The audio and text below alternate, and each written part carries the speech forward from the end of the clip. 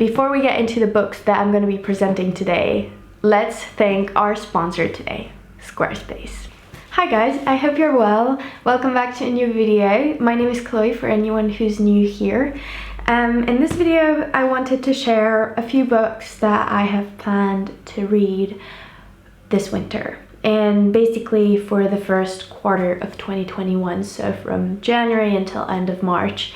I think I'm gonna be doing these reading lists videos, like seasonal book videos, throughout the year, so like one for winter, spring, summer, etc. So that you can have a little bit of an idea of what books I'm currently reading or I will be reading during a season.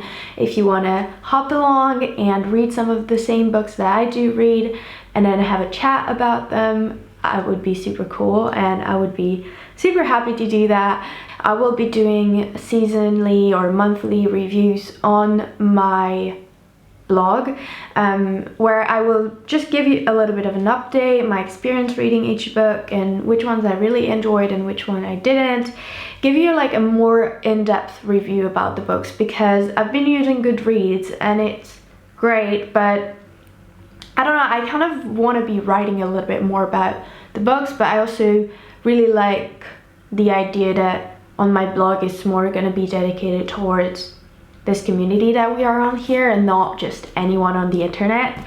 So yeah, that's what I'm going to be doing. So let's get into the books that I have planned to read over the next few months. I tried to do a little bit of a mix of nonfiction, fiction, self-development, real story books, fiction books. So the first book that I'm going to be reading this season is The Road Less Traveled by Scott Peck.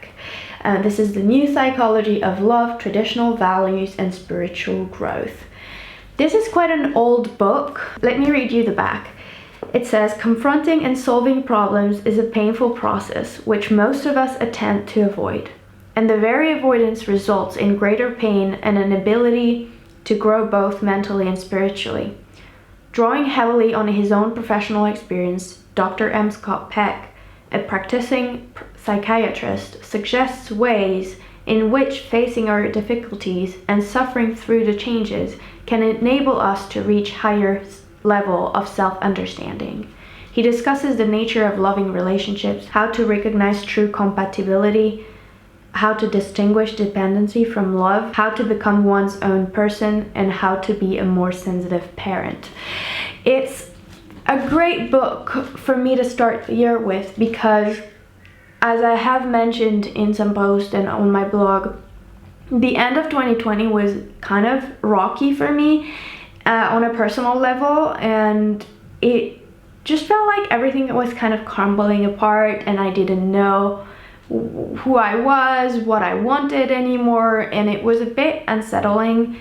And I started doing therapy, and this book is written by a psychiatrist, so there's really this kind of idea and perspective of the psychiatrist and the patient. And with this book, I'm able to understand a little bit better how it all works, and then also to understand the dynamic, and because it's the first time I'm going to therapy, and also what I can do from my side of being the patient and what basically the psychiatrist needs from me in order to progress together and for it to be efficient. So it's really interesting. It's kind of a self-help book at the same time. I feel like sometimes it does focus a little bit more on the practice of psychiatry and psychology, but overall it's very much of a self-growth book, and it's just about understanding yourself better and self-awareness. So it's very insightful and I'm really liking it. The first part is about discipline.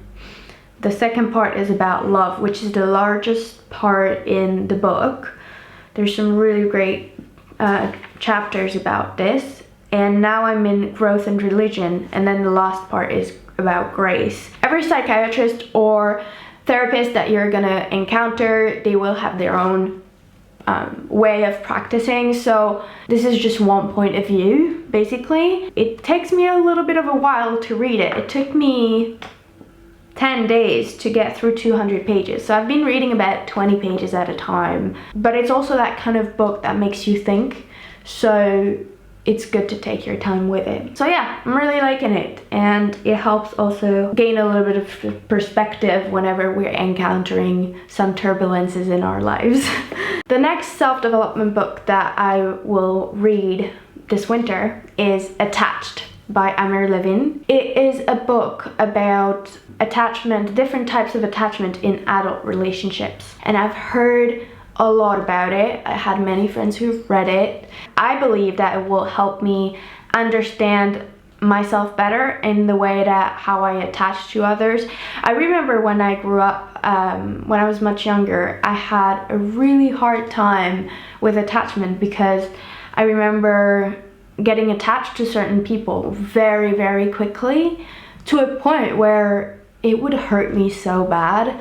I think that over the years I've been able to detach myself a little bit more and be more of my own person. But it was really, really interesting, and it was really something I struggled with. And I think we all struggle with some type of attachment throughout our lives, whether it's in loving relationships or friendships or family or even attachment to material stuff. So yeah, that's really interesting topic to me, and I'm really excited to read that book. If you've read it, let me know what you thought in the comment, but don't spoil me, because I'm really, really excited to read it. Speaking about attachment, more so to material stuff, the next book I want to read is Minimal: How to Simplify Your Life and Live Sustainably by Madeleine Olivia.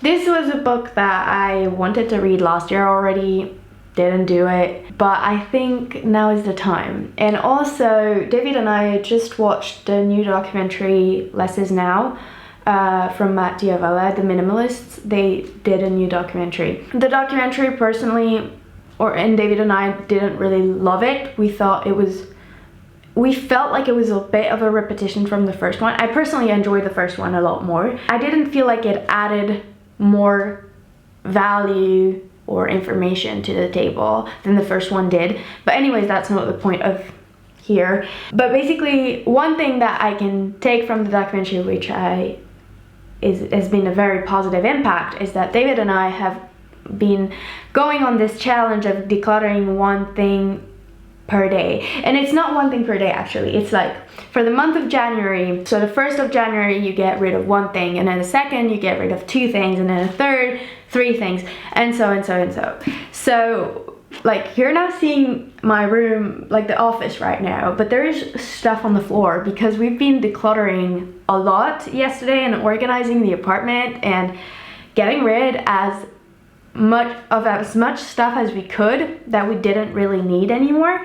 So I feel like this is gonna be a great book for me to motivate me through that. And maybe now I feel very motivated about the challenge, but maybe in like a couple weeks when I will have decluttered a lot and I will face some type of, oh, what can I declutter now?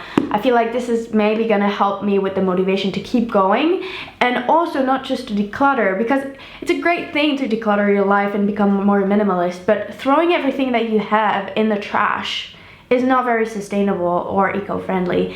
And I think that this book will really give me the tools in how can I dispose of items that I don't need anymore in a more sustainable way. And I already have many options, like I've already looked into them, don't worry, and it's something that I've done before. But maybe there's some great ideas in this book, and I'm really excited to read it. It's a very pretty book, and it's gonna be really easy to read through, I think, and there's a lot of, there's even like recipes and things that you can do to have less waste and stuff like that. So I feel like it's going to be a great continuation of the process that we're going through right now, and yeah, really excited about this one. Then let's move to non-fiction but kind of like documentary style books. The first one is Slavery Inc., The Untold Story of International Sex Trafficking by Lydia Cacho. I think I've talked about this book before. on the channel, but I still haven't read it. So this is really on my pile for this upcoming couple months. It's not a very long book and it sounds very interesting. I'm someone who's really passionate in documentaries, real storybooks, that kind of things, and I am very excited to read that one. I think it's gonna be a great, like, interesting book to know more about this topic, which is not really my niche, but it's good to read things that are not necessarily always in your niche. The next book that I want to read is a real story documentary book about a woman who disappeared in Japan, in Tokyo. The title in English is called People Who Eat Darkness, the true story of a young woman who vanished from the streets of Tokyo and the evil that swallowed her up. It sounds very dark. I've never heard about that story. Well, I was 5 years old when that happened. I don't know, I thought maybe it would be interesting to read it. I really love the stories, like, kind of, again, like documentary style, where it follows something that really happened. I find that this is the kind of story that you'll see or hear in the news, but it won't really go in depth, and then you never hear about it again, and then you never really know what happened. So I'm quite interested to see what's happening in this book, because I have no background knowledge of what actually happened there. It is a story of a young woman who fell prey to unspeakable evil and of a loving family torn apart by grief. And it is a fascinating insight into one of the world's most baffling and mysterious societies, a light shown into dark corners of Japan that the rest of the world has never glimpsed before. I've never been to Japan either. Maybe I won't want to go after reading this book. And then the last book that I've planned to read, which is a fiction book, is Little Fires Everywhere by Celeste and G. I heard so many great reviews about this book. I have a few other similar ones that I want to read as well, but I thought, let's give it a go with this one first. So the blurb says, everyone in Shaker Heights was talking about it that summer. How Isabel, the last of the Richardson's children, had finally gone around the bend and burned the house down. In Shaker Heights, a placid and progressive suburb of Cleveland, everything is meticulously planned, from the layout of the winding roads to the colors of the houses to the successful lives its residents will go on to lead. And no one embodies the spirit more than Eleanor Richardson, whose guiding principle is playing by the rules. Enter Mia Warren, an enigmatic artist and single mother who arrives in this idyllic bubble with her teenage daughter's Pearl, and a disregard for the status quo that threatens to upend this carefully ordered community. Suspicious of Mia and her motives, Eleanor is determined to uncover the secrets in Mia's past, but her obsession will come at an unexpected and devastating cost. This sounds very interesting. I'm very excited to read it. There's a few other fiction books that I have on my shelf that I might grab. Sometimes when I read self-help, I like to switch to fiction every once in a while, or like from self-help to documentary to fiction. So I'm keeping things open. If I have time to read more books, I will. If I feel like reading more fiction books, I will, and I will keep you guys updated on my blog. Speaking about my blog, it was created with Squarespace, and if you don't know what Squarespace is, it's a great online platform to create your own online store or website, and I personally used it for a year now, creating my blog with them, and it's just been a great experience. It's really, really easy to use. It's a great place for me to keep everything in one spot, like all my social media platforms. You can find my podcast on there, my Spotify playlists, my YouTube, my Instagram, and it's extra content for you guys. So I'll write articles, post more photos and text that I don't share anywhere else on the internet. If you want to give Squarespace a go and you want to create your own blog in 2021 or a website, you can go to squarespace.com to get a free trial. And then if you like it, you can go to squarespace.com/chloe.chenorkian. That link will offer you 10% off. I know many of you have used it last year, so I'm very happy, and I hope you all are loving using Squarespace with me now. All the information will be down in the description, as well as the titles of the books if you forgot or want to take notes.